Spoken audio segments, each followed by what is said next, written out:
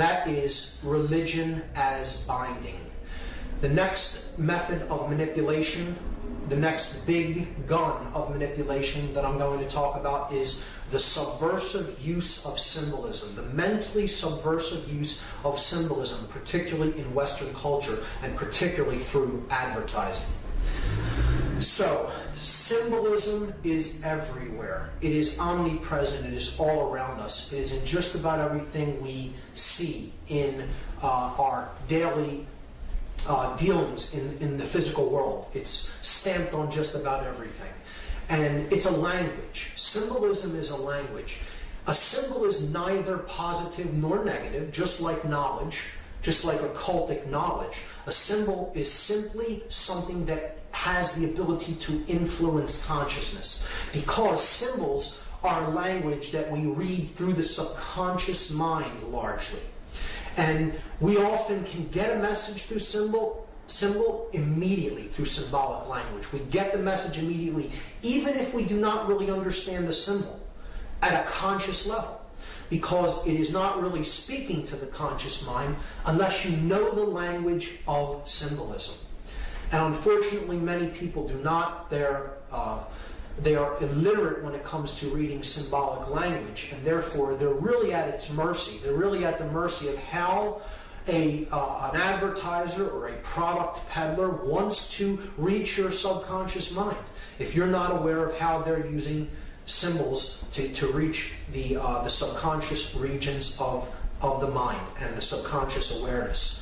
So we have to become symbol literate if we're going to be able to use symbols ourselves, if we're going to be able to protect ourselves against unwanted influence and usage of symbols.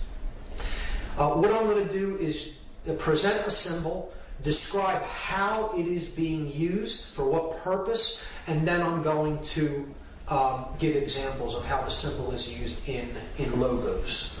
So the first symbol is that of the sun, which we already talked about the significance. The sun is a symbol of light, of life, of knowledge and information. It's a symbol of moral uprightness, okay, of morality. Most of all, it is a symbol of knowledge, of awareness, of enlightenment, of having knowledge and being able to use it to do the correct things that will lead to awareness and will lead to order in life, will lead to prosperity in life. That's what the sun has traditionally been a symbol of, however, wherever it has been used in iconography. And we see this employed by companies that want you to trust them, want you to identify with their products as something that is used for life, that is used for lifeblood, so to speak, that is used to represent enlightenment even. So here we see it used in oil logos, in gasoline companies. So you see it here, Sun Oil Company, Gulf, with a large orange disc representing the sun behind it. The sunflower of British Petroleum, and Dutch Royal Shell gasoline, which is a symbol of the sun coming up over the horizon with the rays. Even though it's encased in the outer shell, it still is clearly an image of a rising sun with the rays of light coming up over the horizon.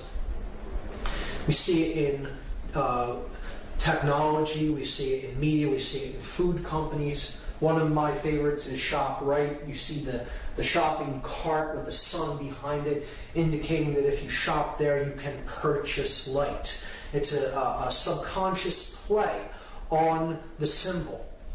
So they're trying to sell enlightenment as part of the product. You know, something that you lack, something that they are aware that you want spiritually, is being sold to you by proxy.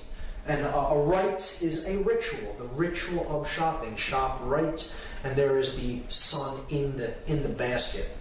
It's a very good example. In financial institutions, the sun is ever present because, again, it is a symbol of trust. It is a symbol of sovereignty. It is a symbol of knowledge and enlightenment. On the Discover charge card, Sun Trust Mortgage Corporation.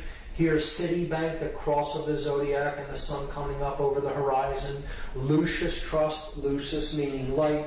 Sovereign Bank, sovereignty being sold to you through your banking institution. This circle with the dot with the circle around it, an ancient symbol of the sun, and in the shopping giant Target. Of course, Barack Obama's logo, the rising sun. Many people just look at this as an O with the American stripes, but it is the sun coming up over the horizon because he is being sold to us as the new savior that will save us from all the evils of the former administration. He is the new reincarnated sun savior. So the zodiac is the next symbol that is used, and these symbols have to do with zodiacal houses and astrotheology in general. We see it on secret society logos such as the Order of Demolay, the cross of the zodiac. You have the cross of the solar system, the equinoxes and the solstices, and then you have the galactic cross, the great cross there, the double cross. Here you have the Knights of Malta's logo, the cross of the zodiac, the equal armed cross. On the CIA, the Central Intelligence, the cross with the sun. And BMW's logo, an equal armed cross, quartered like the zodiac wheel. You have the moon iconography used in Starbucks logo. You see the crescent moon, and she has the star. She's crowned as queen of the heavens. So again, it's the goddess being used there. The horns of Aries, often used in different corporate logos. You see the ring of Saturn used over and over again. Here's more rings of Saturn. Mercury, the planet used there. Specifically Pisces, the two fish. See examples of how this iconography is used. Here we see the sacred geometry of the Vesica Pisces used in MasterCard's logo, the unification of male and female into the womb of creation, the one womb. And this symbol being the female sex organ, the channel for men, the Vesica Pisces, male and female uniting. Again, on Krull's logo, we see it used as the depiction of Jesus, the fish, because the sun is now currently in the house of Pisces, the fish. And of course, the Pope, the vicar of the sun god incarnate upon earth, he wears the mitre, which is the fish with its mouth open. And here you see the astrotheological cross, the equal armed cross of the sun on his forehead. Here you see it again on his sash. And he carries the image of the cross with the sun god upon it. The inverted pentagram. So the pentagram is used as a symbol of the four elements and then a fifth element. The four elements being earth, air, water, and fire, the material world. But more specifically, what those elements represent is earth is our resources. It is what we have to work with, the things that we can put into use for ourselves in the world and how we use them. And it is our makeup, our genetic makeup, our natural abilities. That's what earth represents. Air represents our intellectual makeup, the powers of the mind, the powers of air, our intellect. Water is our emotional makeup, how we use our emotions to change consciousness in the world. And then fire is our actions, the male principle, what we do with what we have. So those are the four elements, but then they all must be governed by the fifth element, and the fifth element is ether or spirit. It is the actual pure essence of consciousness the essence of who and what we really are, that we must connect to unite the other elements. So it is love, it is higher consciousness, it is spirit. And in its correct upright form, you have the four elements at the bottom and then the point facing up to represent spirit. The inverted pentagram is the symbol of the opposite of that. It is the material realm, the earth, air, water, and fire, the elements ruling over spirit, the fifth element, which is why an inverted pentagram is a negative connotation of this symbol. It's a reversal of a powerful, positive, connotative symbol, the upright pentagram. But the inverted pentagram means that the spirit is being thrust downward and is being ruled by the material realm. And here we see it in the Order of the Eastern Star. Here we see it in the Victoria Police logo. Here we see it in the official emblem of the Church of Satan. And here we see an upright pentagram for the Fraternal Order of Police. But I'm going to refute that symbol as actually being upright. And I'm going to tell you that its real orientation, if you study the iconography inside of that circle there, you would not orient that temple as it is in all Masonic tradition unless you flip that pentagram over. And then you're seeing it for what it really is being used for, particularly in its usage with the Fraternal Order of Police. The blood drop is another symbol that is used, not as widespread as some of the others, but as certainly in as powerful of a way.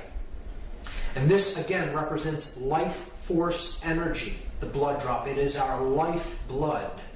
So we see this in often oil companies and financial institutions. Commerce Bank, Luke Oil, oil, money, these are your lifeblood. Pemex oil from Mexico, Getty, here's the combination of the blood drop with the solar disk. The triangle and all-seeing eye, or pyramid and all-seeing eye. So this is a symbol of intelligence. This is a symbol of higher consciousness. This is the symbol of awareness. And here's how it is being used. AOL's logo, the CBS eye. There's a symbolic speech synthesis in there, CBS. That's what you will be seeing if you watch CBS. You will see BS. Fidelity Investments. You see the pyramid with the all-seeing eye at the top, crowned in light. Knowledge at higher levels, darkness below, in ignorance. Those below, the highest levels. Arco, here's the symbol of a pyramid with the capstone missing as seen from above. Here we see it in Masonic iconography, the all-seeing eye above the compasses and square. Here we see it on the reverse of the Great Seal of the United States, which is on the back of the dollar bill, which I'll be explaining in detail. The Information Awareness Office, and of course British Intelligence, MI5's logo. The pyramid, the cap missing, and the eye in the middle of it. The owl is a powerful symbol of the elite. The owl is, I guess you could say, the mascot of the sorcerers. It is the animal most identified with consciousness that is aware, yet is using that knowledge to suppress those who are not in the know. And we see it most widely used in the Bohemian Club. This is an organization of elite occultists that meet once a year in the Redwood Grove, about 70 miles north of San Francisco. And they have rituals in this grove that are actually derived from ancient Babylonian ceremonies. And they have a stone owl there that represents an Ammonite god that was, children were often sacrificed and immolated to this god. This god's name was Molech, or Moloch, and it was often depicted as a bull god. The owl kind of has been used to as a symbolic representation of this bull, because the bull has the two horns like a horned owl does, and it can be seen as either a bull or an owl. In the Babylonian tradition, it was more frequently represented as a bull, but it was also seen as an owl because it represents the immolation of a specific aspect of consciousness, and that is the feminine aspect of consciousness. So what the ritual entails, if you really understand its deep symbolic significance, which many do not, and they will say, oh, it's just a harmless ritual by men who are acting out psychodrama. It's nothing of the kind. It's an extremely subversive ritual against the feminine aspect of consciousness. And here's how it works. They have this owl that they're going to have a ritual before, and they take an effigy of a child and they float it upon the water. You see here the dark aspect of the Hermetic principle being conveyed here, the as above, so below aspect in the reflecting pool. As above, so below. And they float this effigy of an infant out into the water where they set it ablaze, and they immolate it to this owl. What this represents is the immolation of the inner child. That's what the elite are actually doing in this ceremony. They're telling people subconsciously to annihilate your emotion, annihilate your care for what you are doing in the world. So the ritual itself, the name of the ritual carries its meaning. The ritual is called the cremation of care. That is exactly what those who are participating in this are doing. They are immolating the inner sacred feminine child of consciousness. Care is what's being burned. So they're saying that dull care is the enemy. Your care for what you do to others is the enemy. It needs to be eradicated so you can use your power of will to do anything that you want to do, regardless of the consequences that it means for other people. If you immolate your emotion, you will be more able to do that effectively without emotions getting in the way. And that's why they burn the effigy of that infant. Anybody that says that that is not what the ritual is about does not understand the deep symbolic connotations of that ritual and the derivation of where that ritual came from. And it does indeed come from ancient Babylonian rites, specifically the rites of the Ammonites, which were a dark, basically a satanic cult, the worshippers of the gods of chaos. Molech being one of them, the devourer of the sacred child, the feminine care principle. That is the owl. We see it encoded very covertly because the owl is a predatory bird that can see its prey at night from a higher perspective when its prey cannot see it. So it is easy to remain hidden and then attack when it wishes to pounce upon its prey. And its prey is in the dark. So it's in the know, its prey is in the dark. A perfect symbol for a sorcerer wishing to yield occult knowledge against those who are in ignorance. We see it very covertly displayed on the shield, on the upper right-hand side, on the front of the $1 bill, up in the corner. Clearly, though, when blown up, you can see that it is indeed a small owl peeking out from the corner. It is encoded in architecture. This is Commerce Square. Commerce Square. The financial system and the square, the symbol of base consciousness combined. And the two owls, the double owl, If you look at these in another different aspect, you'll see that there are actually wings down at their sides as well. This is on 21st and Market Street in Philadelphia. And this is the Frost Bank building in Austin, Texas, clearly from the corner angle an owl. It looks even more convincingly as an owl when it is illuminated at night. And it is even more appropriate, and that brings us to the torch of illumination.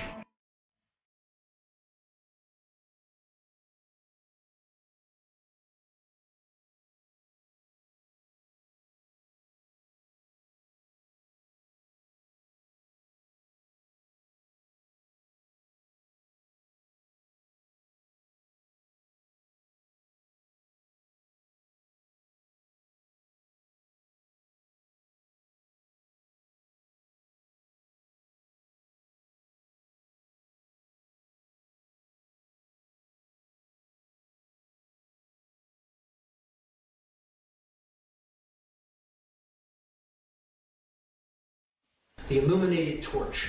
This can be simultaneously a symbol of freedom, a symbol of knowledge and awareness, of enlightenment, and it could also be used as a flame of sacrifice, a flame of those in the know using their knowledge to subvert others and to create sacrifice or immolation in the world. I don't tend to see this symbol as such. I tend to look at this symbol as the flame of knowledge, the flame of the torch of freedom, the torch of liberty, and that's how I tend to look at it. But it goes back to the Babylonian queen, the Babylonian version of Isis in the Trinity. So you had, just as you have God the Father, God the Son, and the Blessed Mother, okay, in the Christian Trinity, the Holy Spirit taking the place of the feminine, of course, in that Trinity. But you have the Egyptian Trinity of Osiris, the Father God, Isis, the Mother, and Horus, the Divine Child. In Babylon, you had this same Trinity. You had Nimrod, the Father, Creator God. You had the Son, which was Tammuz, depicted here, and he's sitting on the lap of the sacred feminine goddess, which was known as Semiramis in this culture. So this is a depiction of her on an ancient coin, holding the cross of the cross of the sun, and a version of the chalice, which could also be seen as a torch. So you have Semiramis depicted here, the rays of the sun reflected from the moon. She is the moon goddess, illuminated, the queen of heaven. She's holding the torch of awareness, of liberty, of freedom, of enlightenment. You see it on the back of old American dimes. You see it in Columbia Pictures logo. You see it on Amoco's gas company logo. So in direct relation to the Queen of Heaven is the symbol of the dove. So the dove is how the moon goddess is depicted as being a crescent, a white crescent moon. The white crescent moon, as it makes its trek across the sky, looks like a dove, a white bird. So, you know, you could imagine this piece as the wings as the crescent moon, and it's making its trek across the sky at night. So this is why the dove was associated. The bird, the dove, is associated with the lunar feminine goddess, just like the falcon was associated with the male solar god, Horus. And the word dove in the French language is columbe, C-O-L-U-M-B-E, columbe. This is why we have so many usages of the word of the word Columbia or Columbus in American symbology. The founder of the country is named after the dove. His name was actually Cristobal Colon, and he was a member of a secret society network. Here you see him giving a secret society hand gesture in this painting. But he was renamed Columbus after the goddess Columbia. See, it's the feminine goddess named after the dove, Kalum. We have the District of Columbia, the name of the capital where the male dominator phallic energy, the seat of male dominator power, is rooted in the United States. And look at where it's at. It's named after the sacred feminine, the dove, Columbia, and it is situated between two states. It is situated between Maryland and Virginia. Maryland, named after the goddess of the Christian Trinity, Mary, and the Virgin, Virginia. So right in between the two feminine states named after the goddess, you have the male phallic symbol of power also taking the name of the goddess. This is a symbolic rape, if you ask me. This is placing the phallic symbol directly in a slot between the two sacred feminine states. The male dominator energy of concentrated, centralized power of this country erected right between the two feminine states of Maryland and Virginia. Here we see the goddess depicted on Columbia pictures. You have Columbia Records, Columbia Broadcasting, Columbia University, with decidedly Masonic symbology on the shield of Columbia University, with the three crowns representing the three Blue Lodge degrees, with the square of base consciousness depicted there as well. But we have to understand, again, that the goddess represents the intuitive side of our consciousness. It represents conscience, the ability to know right from wrong. And that is a protector energy. It is also the aspect that gives birth to the male principle, the savior of the world, the enlightened neocortex. Here we see Mary, the sacred feminine, the limbic brain, the queen of heaven. She's giving birth to the immaculate heart of Jesus, the savior of the world. She is standing on top of the serpent here, the reptile. She's conquering the R complex, the limbic brain where emotion is born, where care is born in us. Okay? When we listen to our intuition and listen to our inborn knowledge of right and wrong, we conquer the reptile aspect of ourselves and we give birth to the Son of the Godhead. And here you see the dove above her head, and here you see the 12 stars depicting the 12 houses of the zodiac. In this image is even more clear how she is a feminine protector. The Queen of Heaven, illuminated by the rays of the sun, is wearing the dark cloak of the heavens, the dark cloak with the stars embedded in it, because she is the Queen of Heaven. You have the crescent moon, because she's the moon goddess. She's being crowned by the angels as the Queen of Heaven, and she is acting as the protector of innocence, the inner child, conscience, care. And again, she's giving birth to the male savior figure, the neocortex, the divine child, the Son, Jesus, and she is holding the serpent at bay. In that case, the sea serpent or the reptile. The limbic brain holds the reptile complex at bay when we make a deep connection with it and we get into our intuitive side and we care. That's where conscience is born from. And that's why this goddess is seen as a protector. She's seen as the watcher of the torch of freedom and liberty, because we have to get in touch with that sacred feminine side of ourselves in order to truly bear conscience and freedom into the world.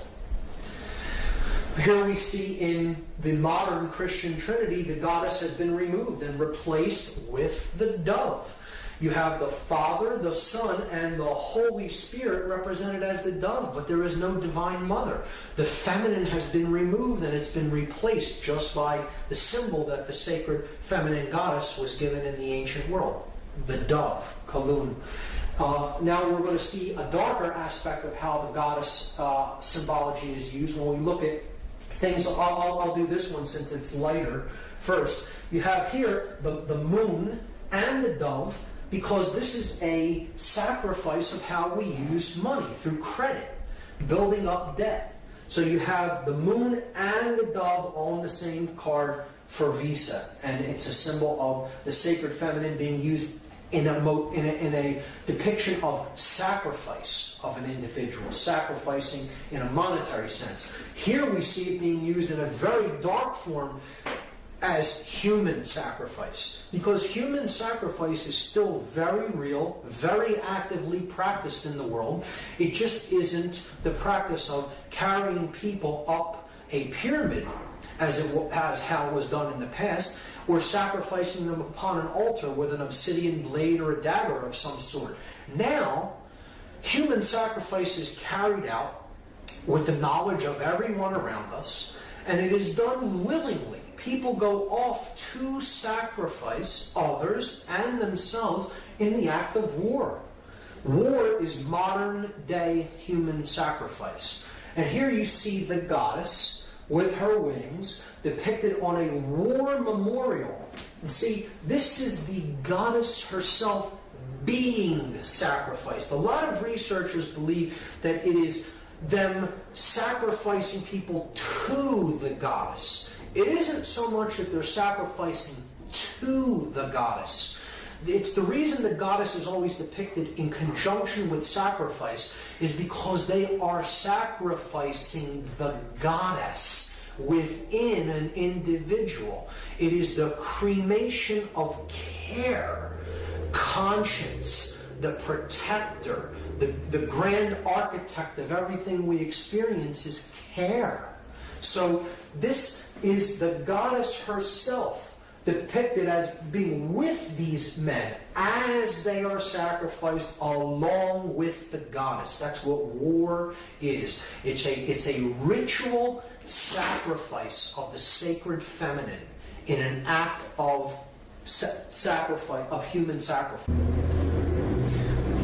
So another use of the sacred feminine symbology and imagery when it comes to human sacrifice rituals, or attempted human sacrifice rituals, we see this through different events that have played out that have the sacred feminine, or the name of the sacred feminine, embedded or encoded within the ritual or the scenario.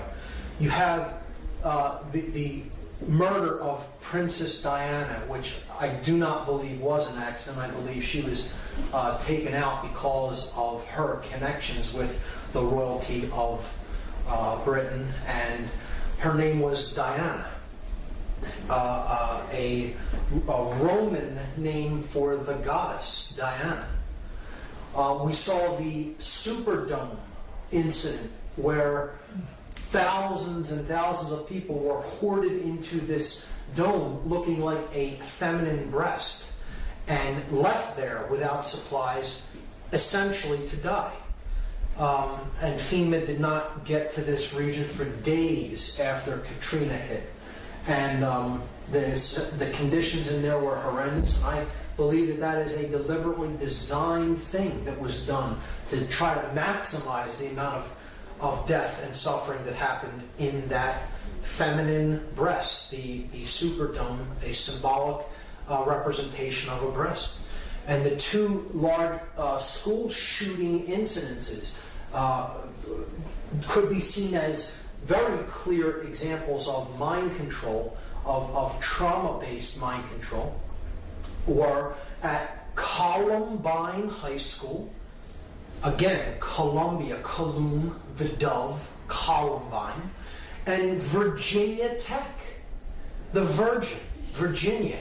Again, two names of the goddess. Again, human sacrifice rituals in disguise made to look like totally disconnected incidents. But perhaps the clearest example of human sacrifice in concealed ritual of all is the symbolic burning or immolation of the Columbia space shuttle. Again, the Columbia, named after the goddess Columbia, Colum, the dove. And it's the white dove. and it's burning up, being immolated as it re-enters the Earth's atmosphere. And we see the crew was a 7-member crew. And that's correlating to the 7 planetary bodies of astrotheology. You have the 5 male gods, 5 men in the crew. You have the Sun, Mercury, Mars, Jupiter, and Saturn. And the 2 feminine heavenly bodies, you have Venus and the Moon.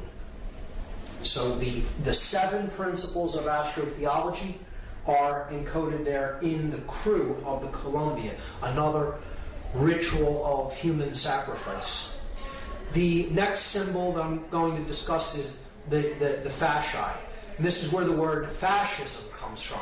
It is the axe surrounded by the bundle of rods. This is a Roman symbol that represents centralized authority. It is the central authority is the axe, and then the satellite regions, the satellite states, are the bundles, the rods bundled by the central Roman authority, the fasci. This is where the word fascism comes from. We see this in multiple areas when it comes to political symbology. It is on the 2 sides of the Senate chamber, the House chamber. It is on the fasci is depicted on the throne that Abraham Lincoln sits upon as a dominator, father figure, God figure. So he's holding both compartments of power, the church in one hand and the state in the other, because an absolute ruler must unify those 2 principles. It must unify political and spiritual power into one. And the regime that really attempted to do that in the modern world was the Third Reich. And here you see the Roman fasci symbol as the symbol of the Third Reich, used on one of their postage stamps. We had it previously on the back of old American dimes. Now I'm going to talk about Freemasonic symbology. And I want people to understand that Freemasonry in and of itself is not an evil ideology. Again, it is an occult system of knowledge that can be used for good, or it can be used for ill or manipulation, depending on who is wielding that knowledge. So this is the Freemasonic compasses and square with the letter G in the middle as depicted in American Freemasonry. The compasses represent higher consciousness, and they represent morality, proper moral action. The square represents base consciousness, which must be ruled by our compassion and must be ruled by our moral uprightness. The square is base consciousness. It can be seen as the reptile brain. If you look at these 3 components as the 3 complexes of the brain, okay, you have the R complex being the square. You have the neocortex with its 2 hemispheres being the compasses, and you have the midbrain, that which gives birth to the conscience, care, as the G in the middle of the 2. It represents the goddess, the grand architect of the universe, which is care. Okay, that's what creates our experience, what we care about. And if we get into touch with conscience, it can give birth to proper moral action. But we can only do that by getting in touch with the grand architect of the universe, the God principle, the sacred within us. And that is how to get off of the square and onto the compass. See, the square traces a shape that is a square with 90-degree angles, not found in nature, rough edges. The circle traces the symbol of perfection in ancient systems of occult knowledge. The circle is perfect, it is unbroken. It is a symbol of divinity. It can never be nailed down with perfection because it is based upon pi, a figure that is a divine principle that can never be calculated with absolute certainty. So the object is to circle the square. and have our compassion and our higher consciousness rule over our lower instincts and our animal instincts. And we do that through getting in touch with the care principle, the generative principle, the G, which is the grand architect of the universe, care, conscience. So it's about moral uprightness, and it can be equally seen by dark builders, by dark masons, to represent quite an opposite. This is how symbolism is in the eye of the beholder, and how the wielder of this symbol determines what it's really being used for based on their level of consciousness. So a dark mason, a rogue mason, a dark builder, so to speak, could see the symbol this way. Man is ignorant. He exists in base consciousness. And I, as one who has perfected myself, have the divine right to rule over the base man, the square, he who is on the square. So it's two different interpretations of the same symbol. One seen in a positive connotation and one seen in a manipulative, negative connotation, depending on the eye of the beholder, of the wielder of the symbol. Here's how this has been used in popular culture. In some of these examples, it's subversive. In some, it could be seen as an uplifting symbol.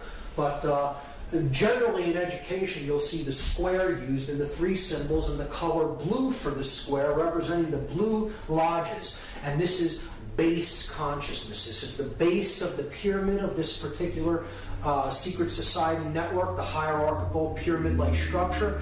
And you're seeing the pyramid encoded here, but through the square. And the three base levels of Freemasonry, the entered apprentice, the fellow craft, and the master mason, being the three introductory or initiatory degrees of what is known as the Blue Lodge in American Freemasonry.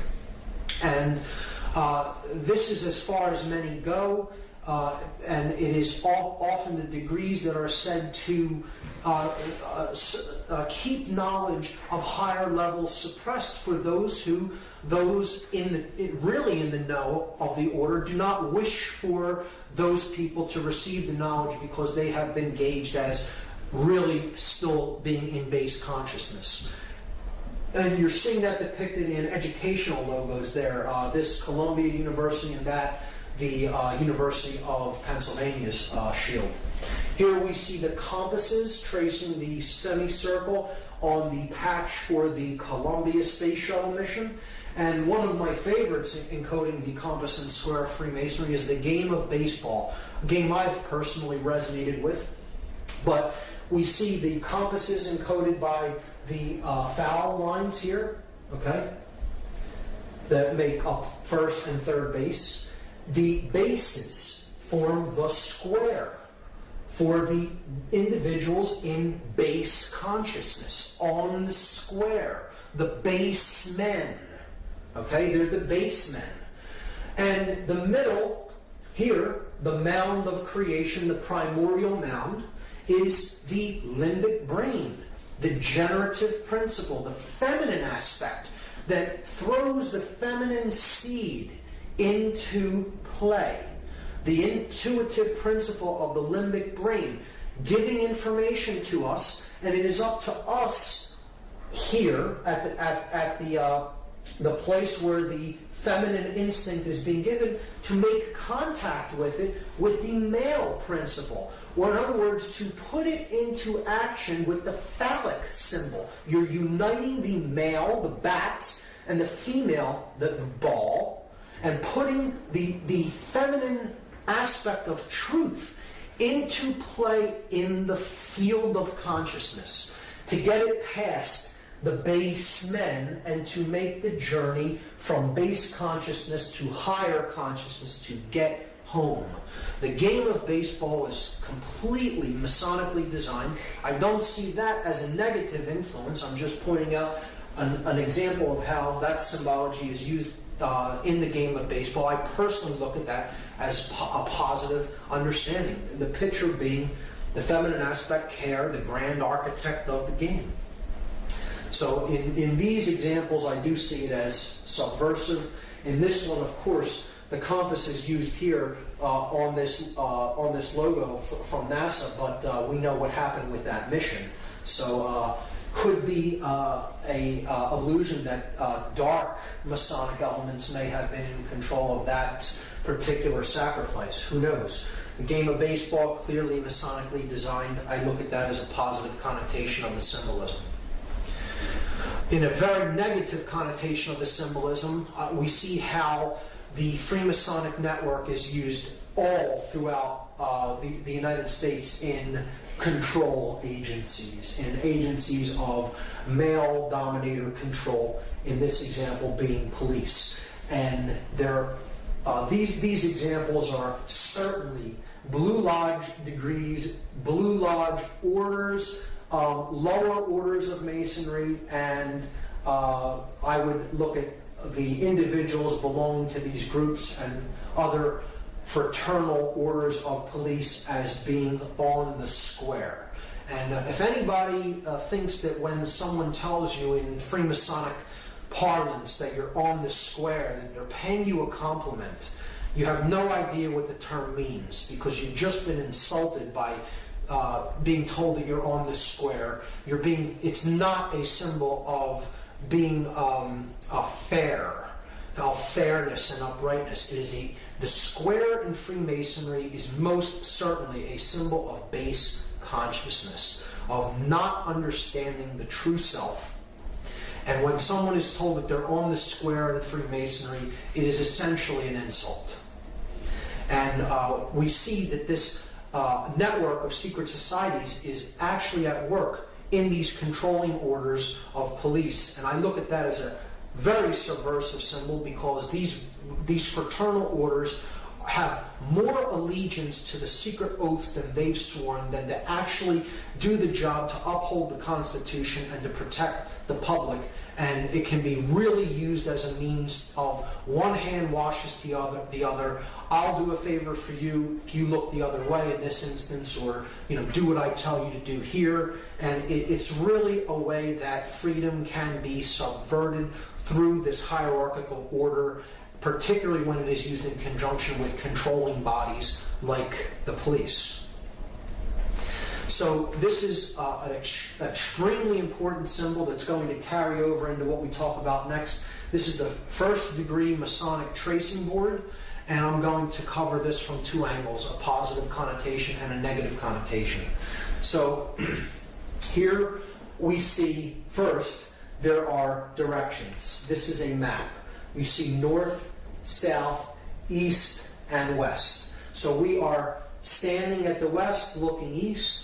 The west is down here, the east is up here.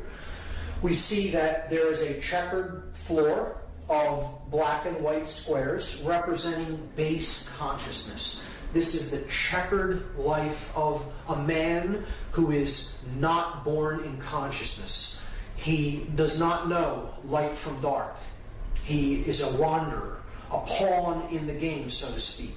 One who can be positioned. However, his master may wish him positioned, the chess master of the game, who sees the whole board from above, from a higher level of consciousness, and takes the pieces and positions them as he will.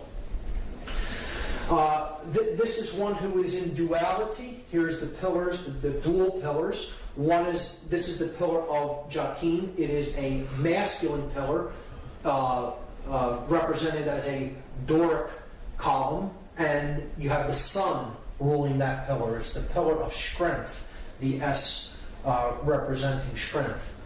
The feminine side of the pillar is the pillar of Boaz. The B at the bottom stands for beauty. It is a Corinthian pillar, an elaborate, ornate, feminine pillar.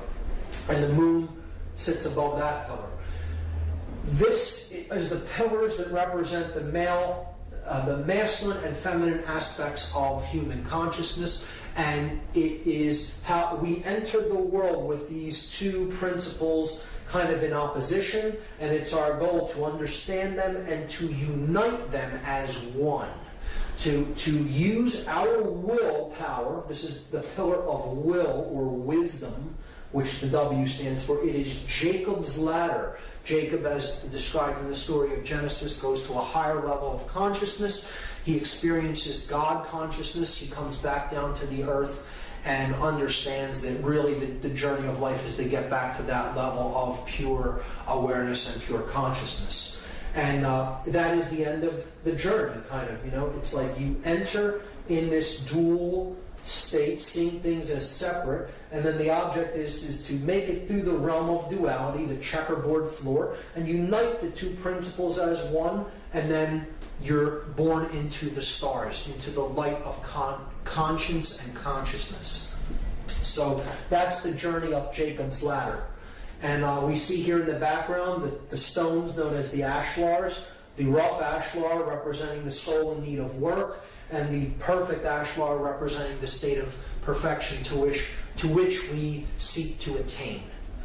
The initiates are going up the ladder in the 3 basic degrees of masonry.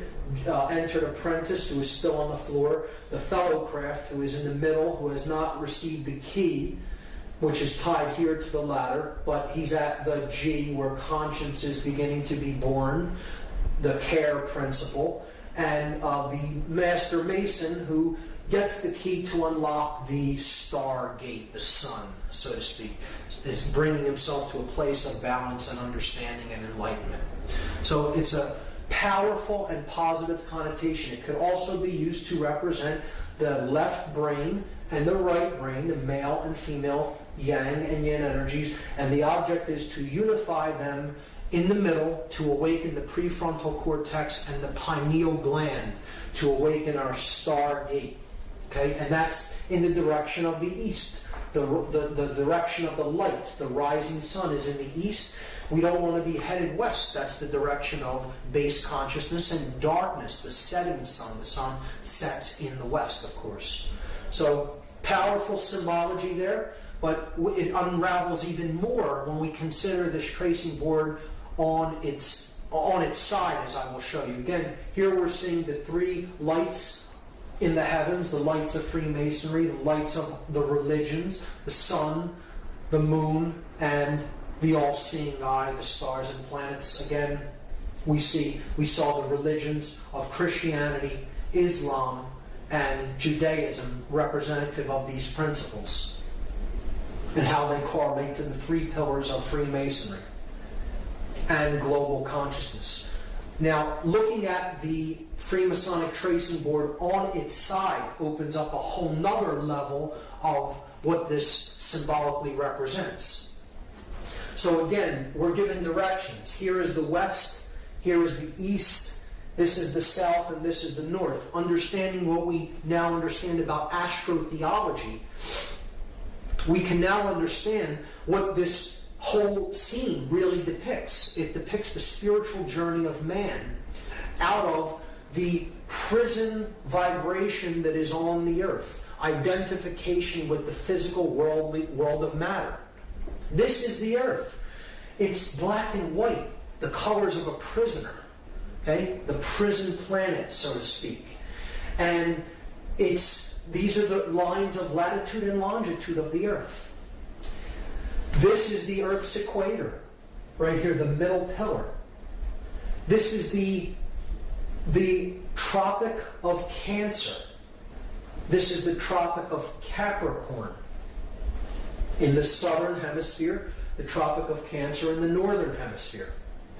Here we see the light of Freemasonry, the sun in the east, away from the earth. And this is the sun at the summer solstice. This is the sun at the winter solstice, when the northern hemisphere is in darkness, depicted as the moon there, or not in enlightenment, right? This is the pillar of mercy, because when the sun is up there, the sun favors the northern hemisphere, shows mercy upon the northern hemisphere. Boaz is considered the pillar of severity, because the sun does not favor the northern hemisphere when it is at the pillar of Boaz or the Tropic of Capricorn. And this is the equator. This would be balance, or the equinoxes, the all-seeing eyes, the place that opens up when the hemispheres of the brain come into a perfect state of balance. So this is the journey of the initiate. From darkness, starting here on the earth in darkness, and then proceeding in a stepwise fashion to a place of balance. Okay, this is emotion. This is the sacred feminine principle of emotion. You have to care enough to begin the journey. You go higher. You're trying to reach a place of balance between these energies. And then you can get that key right there to unlock the stargate. Okay, to unlock, and that's accomplished through action. The male principle of putting your emotions and your thoughts into action.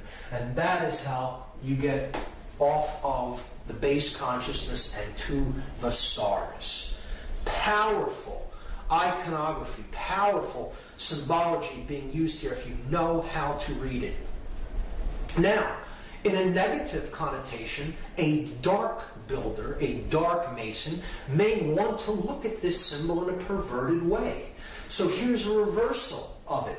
You see, yes, this is base consciousness and this is higher consciousness, but they'll look at this symbol and say, well, the latter is tilted across toward the left, toward the sun only, and away from the feminine pillar, away from the moon. And our task is to imbalance consciousness toward the male principle only, or the left brain only. Because that's what gives birth to a dominator, to one who is bent upon control, a sorcerer of sorts. So this is how a dark occultist would interpret this symbol. I'm God, my will be done. I will use my influence to take those in base consciousness and give them the dark light. Make them think that they're being initiated into something important. Well, what I'm really doing is imbalancing consciousness to the left brain. And that is what some people are doing with certain individuals who enter Blue Lodge degrees in rogue lodges of Freemasonry. And they're using that knowledge to create more mind-controlled dominators that will listen to them, follow their orders, and they're not really receiving the true light. They're receiving the dark light of male left brain imbalance. That is one way that dark manipulators will see a very powerful, positive, connotative symbol and pervert it and turn it into something completely negative. And here is how that process is used. We see this extremely subversively when it comes to the iconography that is used on police uniforms. Particularly, here's the floor of the house representing base consciousness, the pawn, the checkered man, who cannot understand the difference between light and dark. He doesn't really understand what makes the principles of right and wrong function the way that they do. And conscience isn't born in an individual that simply follows orders. Anyone of true conscience would always ask the question, why, before carrying out any action or order given to them by anyone. And we see this, if we look at the symbol of the Fraternal Order of Police having a Masonic third-degree handshake and the all-seeing eye of Freemasonry there, and the three other corners of the pentagram representing the three blue lodge degrees. We also see here the three pillars, and now they're in their proper orientation with the checkerboard floor in between them, with the dual pillars being here and the one pillar being unified at the top. And in that orientation, we see that it forms an inverted pentagram as opposed to a right side up one. Just as it is here in the Victoria Police's logo, clearly an inverted 5-pointed star, and it is placed along with the checkered floor right around the Temple of Solomon, and then directly on top of the prefrontal neocortex, the third eye. The inverted pentagram, which we already talked about as an extremely subversive symbol representing destruction of spirit and the burial of spirit into the ground beneath the material world. And here we see the double square, another symbol of base consciousness representing the hypercube, which I'll get into, on the third eye on a English police's headdress. So, and there again, the checkerboard floor of the house wrapped around the Temple of Solomon. The temple, the sun and the moon, the left and the right brain. And that's what the symbol actually represents. The Masonic tracing board represents in Freemasonry the Temple of Solomon, the temple within man. It is a representation of the brain, the temple within man, the Temple of Solomon, the brain complex. So that is how it is used. And here is a 33rd degree Freemason who I do not consider to be a negative or evil person. I think he understood a lot about what Freemasonry was and how it was used and what its true purpose is. But he did talk about some of how the negative aspects of Freemasonry are used. This is Manly P. Hall. He said that Masonry conceals its secrets from all except the adepts and sages of the elect, and uses false explanations and misinterpretations of its symbols to mislead those who deserve to be misled, to conceal the truth which it calls light from them, and to draw it away from them. He's saying that those who are really not in the know, that often would pervert the ideas and the knowledge, are deliberately misled away from this knowledge so as not to let it fall into the wrong hands. I often think that as well, in Freemasonry, it is being done deliberately to try to create people who, those who really are in the knowledge of how consciousness works, can manipulate for their own gain and get them to do what they want, because they're dangling a carrot, so to speak, before them and saying, I have the higher level knowledge if you'll do what I tell you, and then I'll let you have it. When in fact they're just being led like I said, like a donkey with a carrot at the end of the stick. Manly P. Hall said that the blue degrees are but the outer court of the portico of the temple, the porch of the Temple of Solomon, hence the term porch masons. Part of the symbols are displayed to the initiate, but he is intentionally misled by false interpretations. It is not intended that he shall understand them, but it is intended that he shall imagine that he understands them. Their true explication is reserved for the adepts, the princes of Masonry, one of the highest level Freemasons in Masonic tradition, telling you right out in the open what the Blue Lodge degrees are for. And of course, the Fraternal Order of Police is Blue Lodge degrees of Masonry. So that's Masonic symbology and some variants of how it is used. The next, I'm going to talk about talismanic symbology and how it is used on our money. So this will be a very big part of this part of the lecture.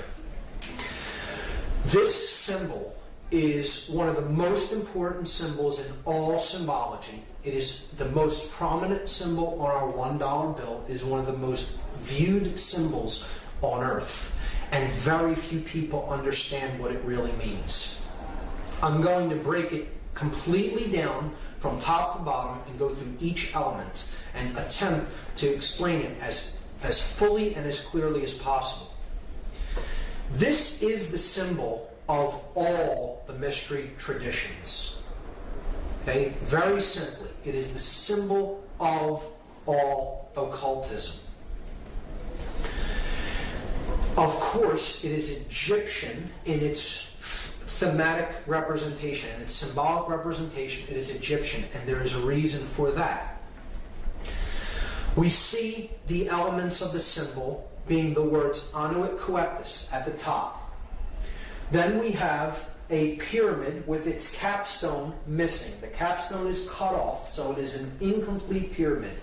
Atop the pyramid, as a two-dimensional slit in the sky, it could be seen, a two-dimensional opening or a rift in the sky.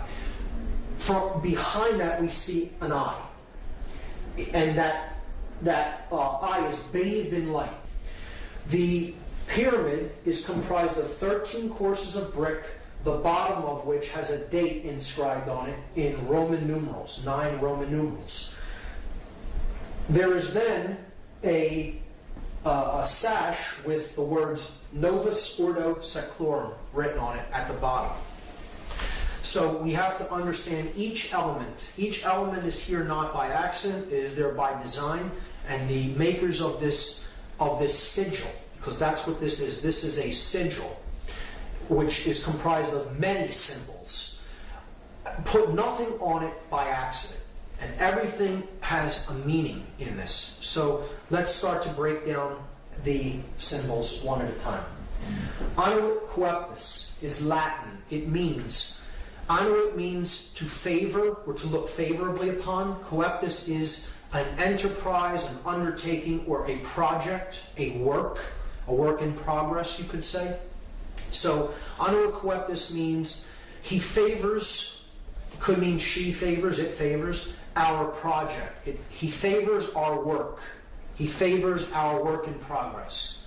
Okay? So he favors our work is a good translation. Novus Ordo Seclorum is often hotly contested as to its meaning. Novus means new, Ordo means order or way, and Seclorum is the debated word. So I go to a Latin dictionary and I look up the word Saeclorum, S-A-E-C-L-O-R-U-M. This is because people will say Seclorum means of the ages. So I'm looking up the word Saeclorum, and that means age, generation, people born at a time, race, present time or age, century. So if this phrase said the new order of the ages, we should see an A in between that S and E there. It would say Novus Ordo Saeclorum, but it says Seclorum. So clearly that's not the definition. Many people will say that that's what it means. It does not mean of the ages. Okay? The word Seclorum is put into a Latin dictionary, and then you see it is a word modification, a truncation. CL is derived from CUL. So an internal CL might be rendered by CUL, thus giving us seculorum. And seculum, seculi, is a noun that means world, universe, secular, temporal, earthly, or worldly affairs, cares, or temptation. So, clearly, I think this can be solved and agreed upon once and for all, so we don't have to hear this incorrect, connotatively incorrect translation, the new order of the ages. This phrase clearly says New World Order. And that's it. That's what it says. Let's lay this to rest once and for all. Okay? So, he favors our work, the New World Order. And you have an eye in the triangle looking out from another dimension of space into our realm. The light is pouring through the scene from that realm, and a pyramid is being built. So, he favors our work, the New World Order. Who favors the work? What is the work? And what is the New World Order? So, clearly, this is the being that favors the work. This project is the work that's being done. Okay, this is the incomplete project. This is the date that the project could be begun or finished, depending on how we look at the seal. So, we have to understand a little bit about Egyptian cosmology, and the main solar god, the solar disk, which we looked at as Horus, as Ra. Set is the dark incarnation of it. Really, all of these principles could be encapsulated as one solar god known as Aten, or Aton. Depending on the spelling, it could be spelled A-T-O-N or A-T-E-N. So, Akhenaten of 18th dynasty Egypt was actually named after this. He's a pharaoh of 18th dynasty. He brought in the concept into Egyptian cosmology of a one God that is the overarching ruling aspect of everything, known as the Aten. And he named himself after this god. Akhenaten means the spirit of the Aten, the solar god. So that is the being here, the Aten. Now that could mean a couple of things depending on how we look at this symbol. But let's just let it be seen as it is the solar principle, the solar god, the god of light, the bringer of light. So it could be also seen as the word Lucifer. Lucifer comes from two Latin words, lux meaning light, and fere meaning to bear or to bring or to carry. So it is the bringer, the carrier of light. Now, this could mean two different things. We have to understand that Lucifer and the Aten are the same basic principle, the same symbolic principle, and they are essentially, they are a dual god. There is a light aspect of the sun god, the one that brings true light of awareness. And then there is the dark aspect of light. So one can be truly illuminated and really possess the light, really possess the knowledge. And then there is one who can be born into the dark light. Those who have knowledge of how things really work, but the way they're using it is for the ego. Being my will be done because I view myself as God and separate from everyone else, and I am out there to manipulate and rule them.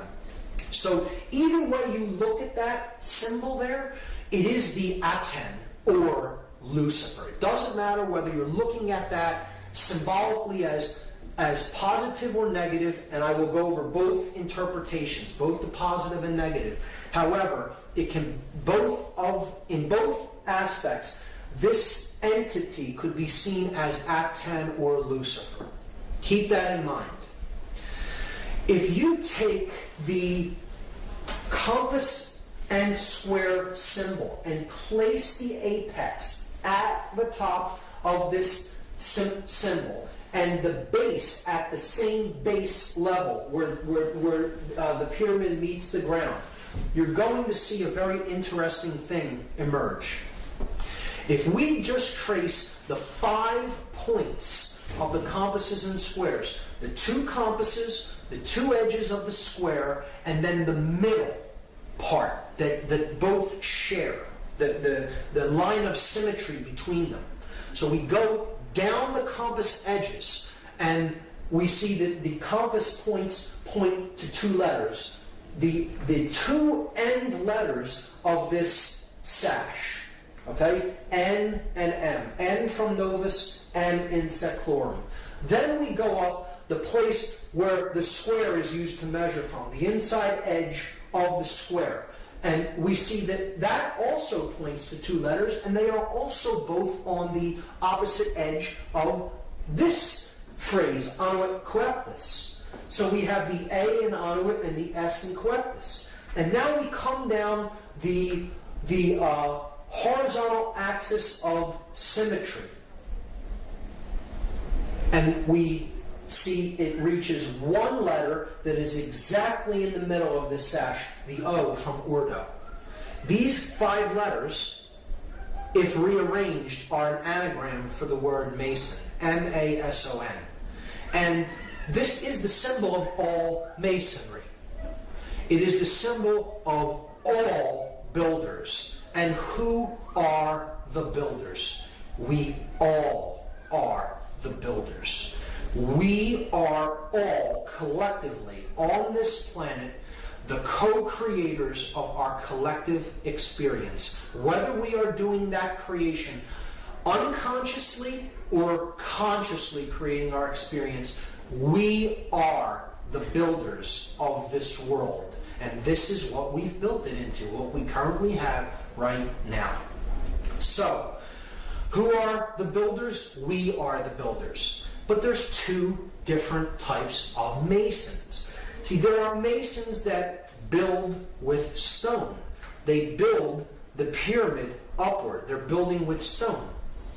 If you connect these 5 symbols as they are connotatively used in this seal, they form an inverted, skewed pentagram.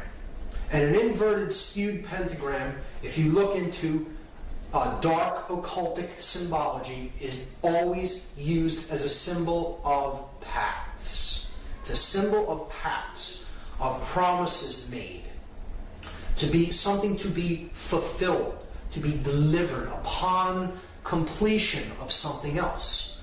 So again, we saw that these 4 arms represent the material world, depicted as the upward pointing pyramid, the brick, the physical object, and they are crushing the spirit, the 5th element, into the ground, burying it under the weight of the pyramid.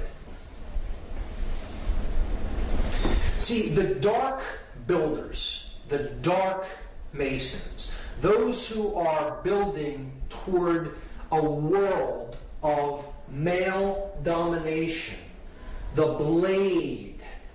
See, they're building with bricks. The bricks are people who are trapped in physical 5-sense reality and left-brain prisonhood. They are those who can not change. They have one form and it's hardened. A brick was once malleable clay that could be shaped, molded, take different forms. It flows easily. Change comes easily to it. But when it is baked in the left brain, solar, male dominator consciousness, it becomes hard and immobile and immovable. It becomes a brick. And that's what the male dominator world is being built with. The bricks baked into one form, the unit form. Those in uniform cannot see what is, not see. They cannot see. They are not sees. See? They are baked into one form, the brick. Okay? And they're being used as elements to build the blade world. And the blade world will be ruled by those who are in the light. They are the blade, the male dominator sorcerers. They have the light, but everyone else is in ignorance. And when you complete this structure, the light goes out from the scene. See, they're building the blade. If you complete this structure in brick, they have all the light, and the entire world is bathed in darkness. That in that symbol, the Aten or Lucifer represents the sorcerer, and he is completely trapped in ego. The ego-bound consciousness. It's the I in the triangle. I am God, the sorcerer says to the world. And I will make everyone in this world and the entire world in my own image and likeness. But I will have all the light, and the light will be blocked out to those in ignorance and in one form. And the male dominator world will be born into existence, and it will bathe the world forever in darkness. That's the negative connotation of this symbol. See, you'll notice it's the blade without the chalice. See, these other 3 points make the chalice, but it's gone. It's ghosted. Just like it's been ghosted through human sacrifice, through the cremation of care. Right? It's been ghosted through the removal of the sacred feminine from the Trinity, and through not caring about what goes on in the world.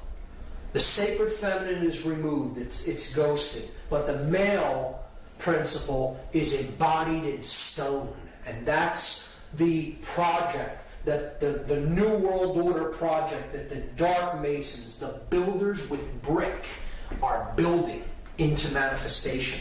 Now, there is a light side of this symbol.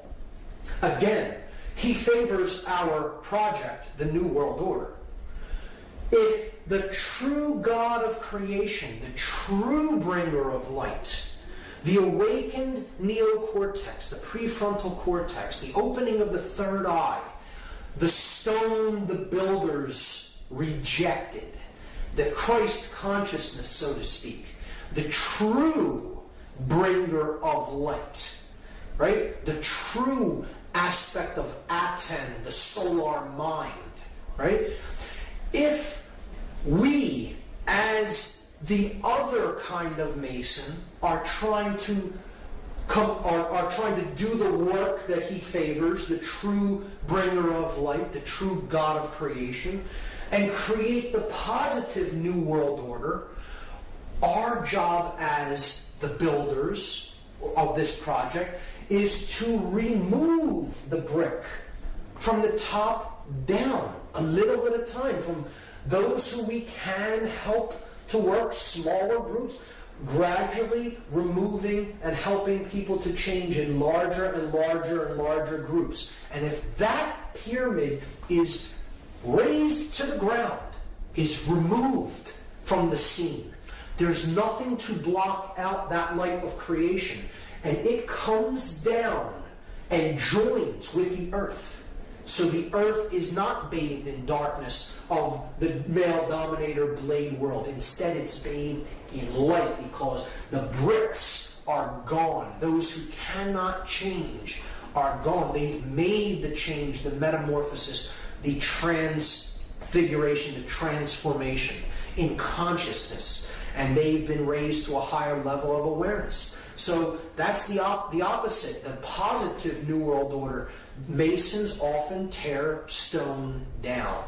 And the light Mason, the light builder, the light worker, wants to tear the stone down so the light comes down and join up with the earth to create the positive New World Order. And in that aspect, this is a powerful, magnificent symbol of the true mystery traditions. The object is to remove that pyramid of male domination and bring the light down to the earth. So we see that this is the symbol of Solomon encoded into it. The male aspect, here's the the yang, light aspect of consciousness, combined with the feminine, yin, dark aspect of consciousness to create the seal of Solomon. As above, so below. The Hermetic principle encoded into the seal of Solomon. See, depicted there. But it is the body unified with the spirit within the temple of man, the mind, the sun and the moon, the left and the right brain, to create the stone, the philosopher's stone, the opening of the third eye, the pineal gland, known as the stone the builders rejected. Because the dark builders reject that light of awareness and consciousness, and they are trying to block it out by completing that pyramid in stone. So that is my analysis of that symbol, and it's amazing when you get into it and really study it for yourself and really go deep into the symbology. And it gets even better when you start to look at that date on the bottom of the pyramid, because that date is MDCCLXXVI in Roman numerals, and that totals 1776. And here's how it breaks down.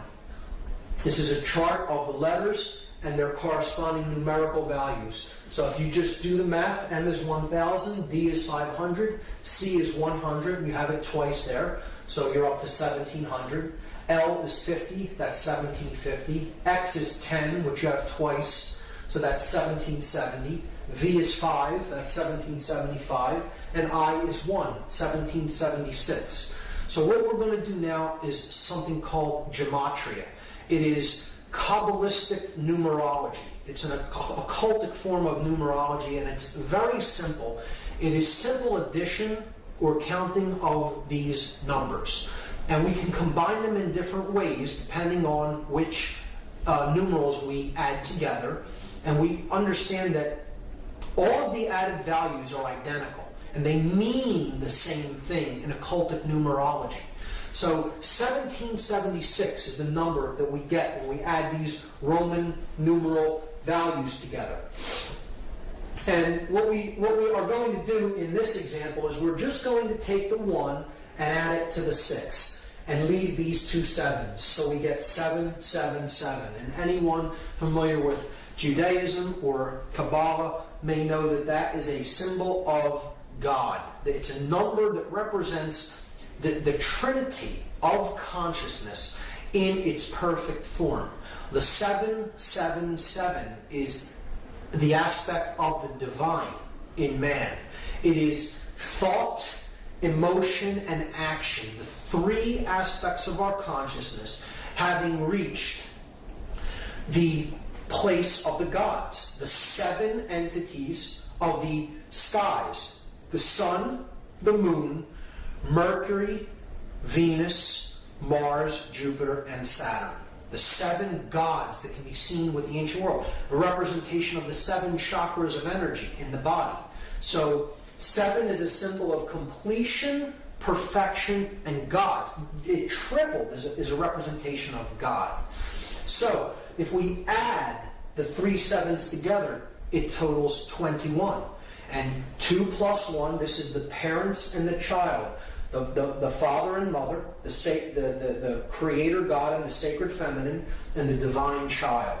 And then that totals 3. 2 plus 1 is 3. So all of these values can be seen as identical, or they mean the same thing. They are numbers that represent God, or completion, perfection. The divine has been awakened and realized. So, they can be used interchangeably in systems of occultism. And again, 3 being a number of unity, of unification of thought, emotion, and action, the triune being, the 3-in-1 God, right? The Trinity. So, what I'm going to do in this study of gematria is I'm going to take these letters, because gematria is a combination of geometry and mathematics. Geometry, earth, the measure of things, the measure of the earth, the mother, right? And matria, mathematics, the mother science, after Ma'at from Egypt, the mother goddess. So gematria is a combination of geometry and mathematics. So we have all the elements in place. We have the math aspect is covered by the Roman numerals that represent value or mathematics, and we have the shape that's given by the triangle shape or the pyramid shape. So we're just going to combine the two by taking. We have 9 letters, and we're given a shape that has three vertices. So we're just going to duplicate the shape 3 times, and we're going to place the letters at the vertices of the shape. So we'll start with M and put it at the top of the first triangle, and then D, C at the base, and then repeat it 3 times. M, D, C, C, L, X, X, V, I. And now we're going to substitute the numerical values for the Roman numerals. So we get this. We get 1,000, 500, 100, 100, 50, 10, 10, 5, 1. So you see a pattern emerge there. At the top of the pyramid, in every example, we see a clear pattern, 1,110. Now, in mathematics, those are known as powers of 10, or powers of 10, at 10, powers of at 10, at the top of the pyramid. Because at 10, no matter how you look at it, is at the top of the pyramid. This is a play on words that works out in the English language, and it is not an accident. These are perfect numbers of base 10 numerology, base 10 mathematics. And the powers of a 10, the powers of at 10, are indeed at the top of the pyramid. At the bottom of the pyramid, we have 500, 100, 50, 10, 5, and 1. If we add those for each base, we have 600 at the base here and 1,000 at the top. 60 at the base here, 100 at the top. 6 at the base here, and 10 at the top. We can then simply remove all the zeros, because zeros don't add to anything in gematria. So they can be removed. So we see that it simply boils down to this. 1's at the top, 6's at the bottom. And now we can combine them into one pyramid. And you have at the top, 1, 1, 1, where the three pillars, the three aspects of consciousness, thought, emotion, and action, the three pillars of Freemasonry. At the bottom, 666, 666, the number of beast or base consciousness. And noticing that 3 correlates to 777, because if you add 777, you get 21. If you add 2 plus 1, you get 3. So 777 and 3 are identical. So you could simply substitute 777 for anything that totals 3, like 1 plus 1 plus 1. 1 plus 1 plus 1 is 3, so we could simply put 777 up there and substitute for 111. They're identical because they both add to 3. So we have God at the top, the light, the beast or base consciousess of illusion and identification with the physical world at the bottom of the pyramid, captured in stone, in one form that cannot change. Illusion, ego identification. So, if now we reduce them again. So we add 7 plus 7 plus 7, we get 21. We add 6 plus 6 plus 6, we get 18. And this is what is meant by counting the number of the beast. That's what we're in the process of doing. It's a prescription for gematria given in the book of Revelation in the Bible. We add 21, and of course, as we saw, that totals 3, the number of God, and 18, 1 plus 8 totals 9, the number of ego and illusion. Why is 9 the number of ego and illusion? Well, here's why.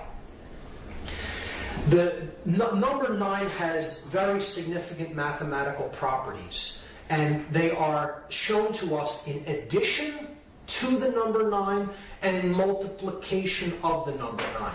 So this side of the table is an addition table, this side of the table is a multiplication table. 9 plus 1 is 10. 1 plus 0 reduces to 1. We're simply adding the final result, the digits of the final result together. So look, we're back at where we started adding to 9. 1. So adding the 9 was like adding 0. Okay? 9 plus 2 is 11. 1 plus 1 reduces to 2. It adds to 2. So we're back to 2. So again, adding the 9 was like adding the 0. You do this with any number. 9 plus any number gets you back to the same number once the result is added together, or what is called in gematria reduction. You're reducing a two-digit or three-digit or four-digit value down to one number. You will ultimately come back to the same value that you started with, because to add 9 is to add illusion, or to add ego, or to add base consciousness. And when you add the beast, when you add base consciousness, you can never affect any change in value. You bring no value to the equation.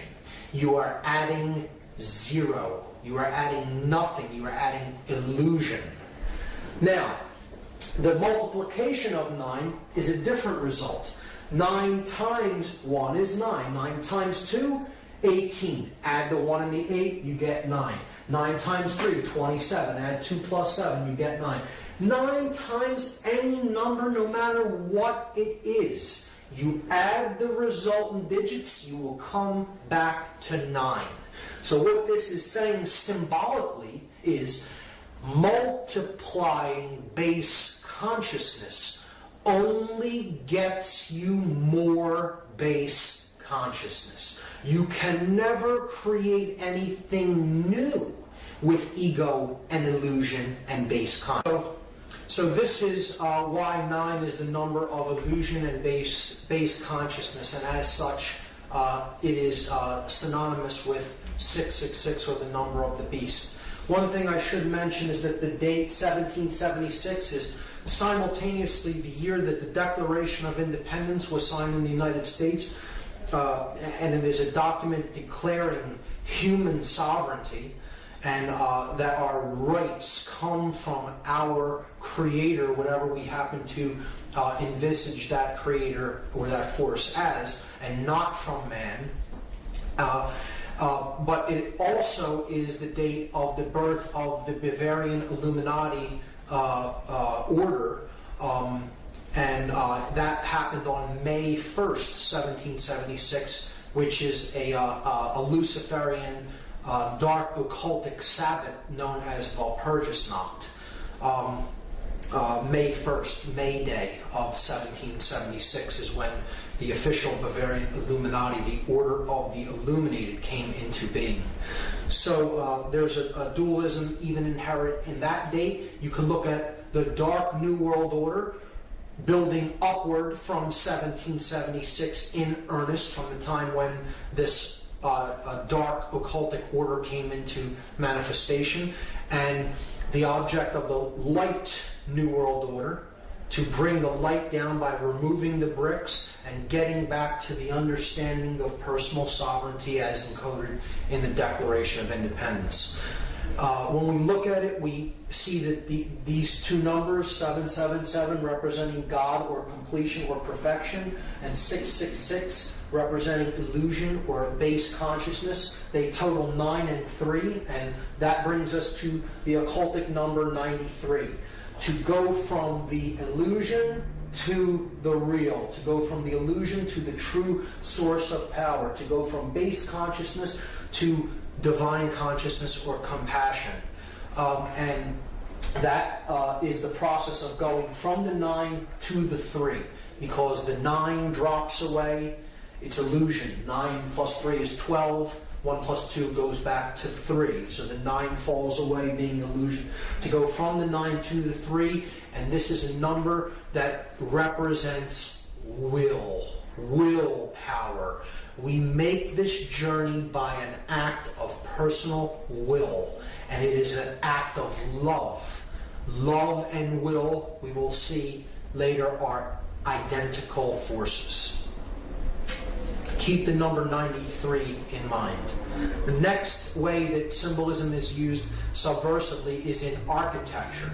So this is the pyramid outside of the Louvre, the art museum in Paris, and it is a symbol of a pyramid, upward pointing, male pyramid, and it is comprised of exactly 666 panes of glass. So again, the base consciousness is encoded into the shape, and you see that the pyramid forms slightly off of a right angle, almost an exact right angle at the top, at its apex. Here we see the Arc de Triomphe in Paris, and we see from overhead, this arc is a solar symbol. You could see this as a point of male energy, these 12 streets being the 12 houses of the zodiac, all converging on the Arc de Triomphe with the rays of the sun around it. Could look at this as the unification of the two pillars, the arch, the point in the middle where the two become one, and they join together the male and the female principles. We see the masculine principle encoded in the Eiffel Tower. It is in 3 levels, just like the 3 degrees of masonry. You have the entered apprentice, the fellow craft, and the master mason, the 3 levels of the Eiffel Tower. It is illuminated at light, and it is a phallic symbol. The illuminated pyramid at the Louvre. At the base of the Louvre, underneath, if you go underneath this pyramid, the Hermetic principle is encoded by a downward pointing pyramid over top of an upward pointing one, where spirit and matter joining together, as above, so below. Here we see St. Peter's Square, the Vatican, and we see the sun god, the cross of the zodiac, and the great cross of the galaxy at St. Peter's Square. And we have the phallic symbol of Osiris, the obelisk in the middle. Osiris being a sun god in Egyptian cosmology. The pentagram in the pentagon being the central part of a inverted pentagram encoded into Washington, D.C., the heart of the inverted pentagram. The Pentagon being the center of defense intelligence for the United States, where war is planned, human sacrifice. We see from overhead in Washington, D.C., this right here is the White House. And then north of the White House, we see an inverted, skewed pentagram with one broken arm. Now, this is a very clear example of what is known as the pentagram of Pax in dark occultism. The pentagram of Pax is inverted because it is satanic, or it is thrusting the spirit downward. It is often skewed, representing that which is really out of alignment or proportion. So it is usually skewed in one form or another, either stretched or squashed. In this case, it is kind of squashed downward. And we also have a broken arm. And a broken arm in a pentagram represents a pact that has not yet been fully completed or fulfilled. So that which is promised has not yet been delivered because a work is still in progress. And I think we can understand the meaning of that broken arm by understanding what the pentagram of Pax represents. So it is not that they simply weren't able to complete that in some way. It is intentionally left broken. And this is one of the arguments against it actually being an occult symbol. Well, if it was occult leaders that made it, could they not have completed the last arm? They did not want to complete the last arm. It is intentionally made to be a pentagram of Pax, and that arm is left broken for a very specific occult reason. The phallic symbol of Osiris, encoded as the Washington Monument, a male symbol of phallic energy, and it's in direct alignment with the symbol of the feminine energy, which is Congress. Congress being another word for sexual union. Congress. And the Congress building is the feminine principle. It's the dome of the feminine breast with the goddess statue of Columbia, or freedom, atop the dome, representing the feminine energy, and it is reflected in the water. The water being the principle of the moon goddess, the goddess of the water. The moon's light is reflected in the waters at night. So This also encodes in this reflecting pool the Hermetic principle, as above, so below, as goes on in consciousness in the earth is reflected from the heavens, and reflected in the external experience that we have. Other sexual symbols or phallic symbols seen in the layout of Washington, D.C. Here we have the Washington Monument. Here we have the Lincoln Memorial, which is a temple to the king. It's a reflection of Osiris the king ruling as over the dominions of church and state, as we saw with Lincoln in his king's chamber, so to speak, holding the symbol of the fasci on both his left and right hand while seated upon his throne. And if we look at the street system that connects these two monuments, we just make a red. We can make a red outline of the street system around these two monuments and just fill in that area. And that is what it looks like. It is clearly a phallic symbol that is directing male energies encoded into the actual layout of the streets. People who believe in this system of geomancy, or tapping the energy of the earth through the types of lines that you place upon the earth, believe that this is directing male and female energies in certain ways and in certain proportions. So you have the feminine egg here next to the male phallus. This is called the ellipse on the south side of the White House. Again, Lincoln holding the fasci, the symbol of the fasces is the symbol of Roman centralized authority, encoded in the central axe around which is the bundle of rods or staffs. Now, east of that Washington Monument phallic symbol, we have a 13-level pyramid. Again, 13 on the back of the dollar bill, a solar number, the sun and the 12 houses of the zodiac, with the 14th level being the unification of the earth, air, water, and fire, culminating at the 14th level of the pyramid. 1 plus 4 is 5. So you have the earth, air, water, fire, and spirit unified at the top level of the pyramid. So here we have a 13-level pyramid with the capstone missing, and around the streets, this is the Congress building, the Capitol building, around the streets, the path that creates the streets, going all the way around the Capitol building, forms an image of an owl that sits atop this 13-level pyramid with the capstone cut off in the street system of Washington, D.C.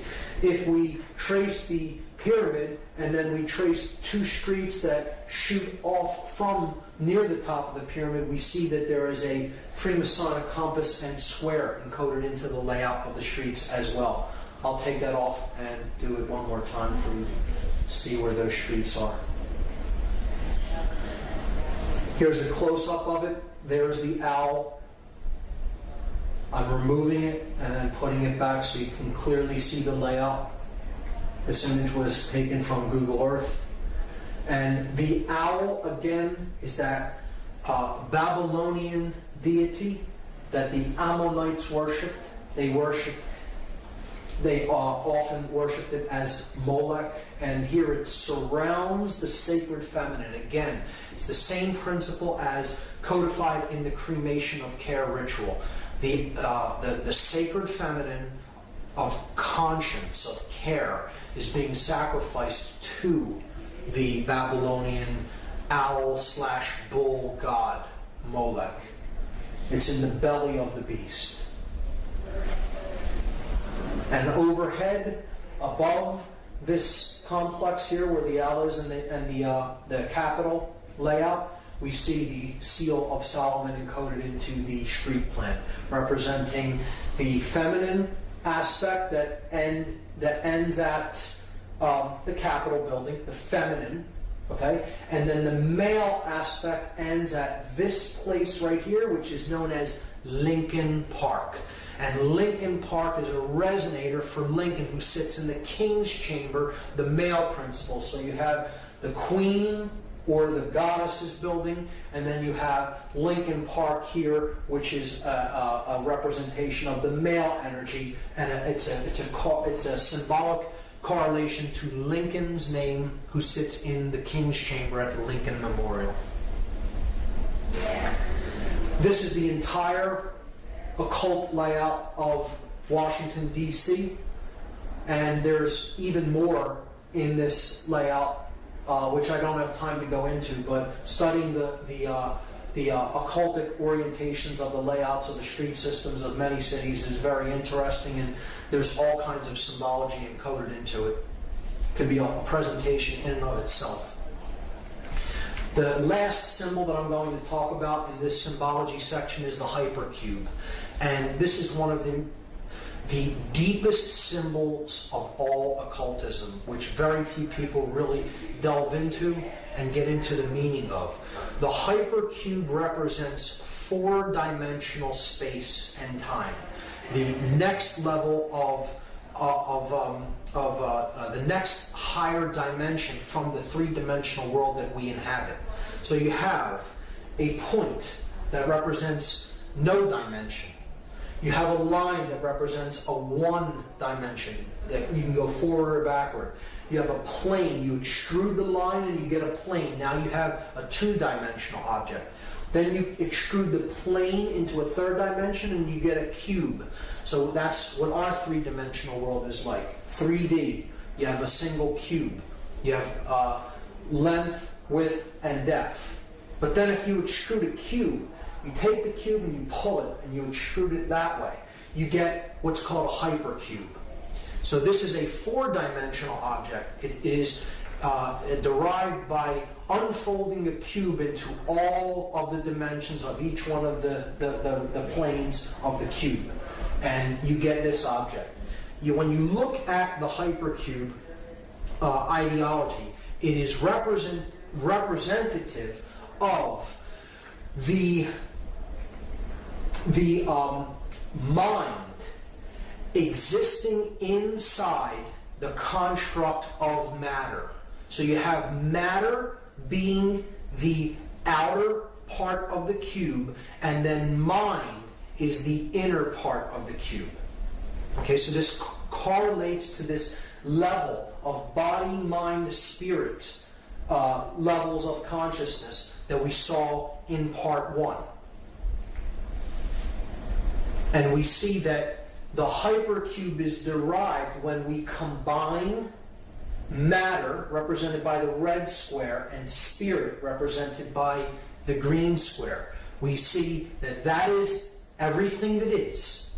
That is the universe, or the world of matter, the world of spirit, coming into manifestation as matter to experience itself subjectively. And that is the large cube that is derived from that union. See, that's the large cube. The unification of body or matter and spirit is the large cube. And then the inner cube is the mind. That is where body and spirit combine. They merge in the realm of mind. So that's the inner part of the cube. So if we put the outer cube over top of the inner cube, we see that the hypercube is actually a cube within a cube. And again, this part of the cube in the center is the experience of mind. This part of the cube in the outside is the physical world of manifestation that the spirit comes down and inhabits to create that which can have experiences. This is the two-dimensional projection of this four-dimensional object, a cube rotated around in every plane that it can be rotated in. It's a complex, heady idea. If you look on the internet for some graphic depictions or animations of a hypercube, you can get a clearer idea of what it is in your mind. But the idea is that to look at the cube in a dark way, the hypercube in a dark way, means that you are seeing the physical world as a prison, and that's the large box. The big box on the outside is the physical world that imprisons spirit. See, this is a negative worldview that says all the physical world is really a prison. And it's a horrible thing, a horrible place. It's not a construct for experience of spirit to descend into physical form so that it may come to know itself more fully. It's a horrible thing that is, a prison. And that's the way that a dark occultist looks at the dark hypercube and the hypercube symbology. The inside of the cube is the mind that is held captive within the body. So you have the prison of mind being held in the larger prison of the physical world of matter. And this is its two-dimensional projection, which looks like an octagon. So this is a symbol of mind control. The octagon is a symbol of base consciousness. It is the symbol of the controlled mind, the small cube, being held in the large cube, the prison of matter. So it's a dark worldview concept that represents the double prison. The prison of mind held in the cage of matter. And what do we see the hypercube or the octagon used to represent? We see it as a male dominator sport that involves the potential of destroying the brain. Extremely violent male dominator sports. Cage fighting, where the brain isn't respected. Go into a cage and smash your opponent into unconsciousness and do all kinds of damage to the brain. The octagonal hat, the 8-cornered hat that law enforcement officers wear. It's another total assault on the consciousness of people who take the jobs as enforcers or controllers. They're being told symbolically, your consciousness is of the hypercube. It's of the octagon. The octagon is placed on the crown chakra, just like the square. We saw in the other example, the double square on the English police's hat, right here on the forehead, on the third eye. Again, the double square is representative of the octagon, the two squares being combined in an 8-sided shape. If you complete the corners, you get the octagon if you connect the corners. But the 8-cornered hat is the octagon being worn on top of the crown chakra as another occultic insult, an insult in symbolism to the mind-controlled controllers, the controllers who they themselves are under deep forms of mind control to do a job that is a deeper suppression of their spirit and others. Because the hypercube is seen in one more place, and it is ubiquitous. It is everywhere. It is on every metropolitan street corner, the stop sign. Encoded in red, and it has the word stop written on it, and this is saying to the consciousness, stop. Stop the journey. Stop your movement. Stop the progression of spirit. Just stop and stay in the double prison. Stay in the hypercube.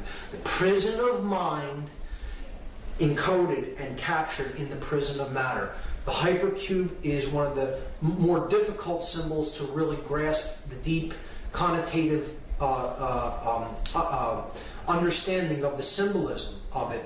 But once you understand it, you will see it in many places, and it is definitely used as a subversive symbol in most instances, particularly in cage fighting, in the uniform and emblems of controllers, particularly the 8-cornered hat of police, and most ubiquitously in the stop sign that we see all over Western culture.